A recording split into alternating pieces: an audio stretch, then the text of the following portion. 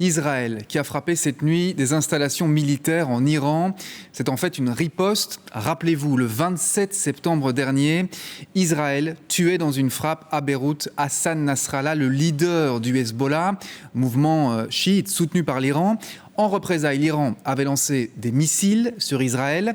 Et cette nuit, c'est donc la riposte de la riposte. Israël a frappé l'Iran. 4 soldats iraniens sont morts. Nathalie Massard. Un samedi presque comme les autres dans la capitale iranienne.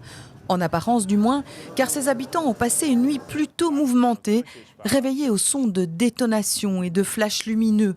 Des frappes aériennes menées par Israël en représailles à l'attaque iranienne contre son territoire au début du mois. We conducted targeted and precise strikes on military targets in Iran, thwarting immediate threats to the state of Israel. The Israel Defense Forces has fulfilled its mission. Les avions de chasse israéliens ont mené 3 vagues de frappes supervisées depuis le centre de commandement de l'armée de l'air. Pris pour cible, des sites militaires, des systèmes de défense antiaérienne et de fabrication de missiles. Aucune infrastructure énergétique ou nucléaire. Il faut dire que l'administration américaine informée en amont était contre. Vu l'envergure du territoire iranien et la dispersion de ces sites, c'est un objectif qui aurait été très difficile à mettre en œuvre et les résultats auraient été certainement uniquement partiels. Donc c'est la raison très certainement pour laquelle des cibles de nature militaire ont été visées, frappées notamment des sites de production ou de stockage de missiles balistiques. C'est évidemment frappé au cœur du principal dispositif militaire iranien. Bilan, selon les médias iraniens, 4 militaires tués et des dégâts limités. Dans la région, nombreux sont les pays à condamner cette opération israélienne, mais dans les chancelleries occidentales, c'est l'appel à la retenue qui domine. Le président américain parle de réponses proportionnées et dit espérer que c'est la fin des ripostes.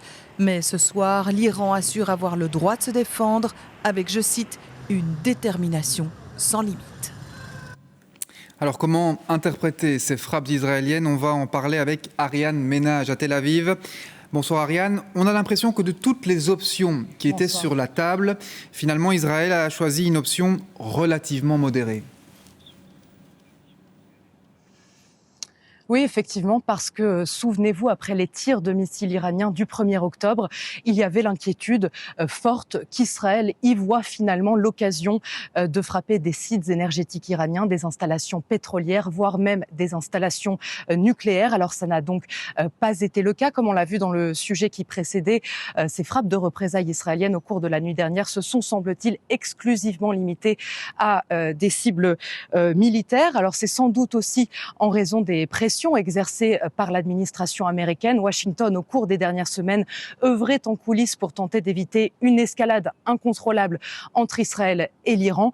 Washington qui effectivement avait été tenu au courant en amont du timing et des cibles de cette opération. Alors ici, en Israël, analystes diplomatiques et militaires sont aussi quasi unanimes. Si selon eux, ces frappes sont restées relativement limitées, eh bien ce serait pour permettre à la République islamique de minimiser l'événement et donc éventuellement de minimiser la riposte qu'elle a elle-même promise au cours des dernières semaines. De son côté, l'armée israélienne aujourd'hui a, elle, lancé une nouvelle mise en garde, appelé le régime iranien à en rester là.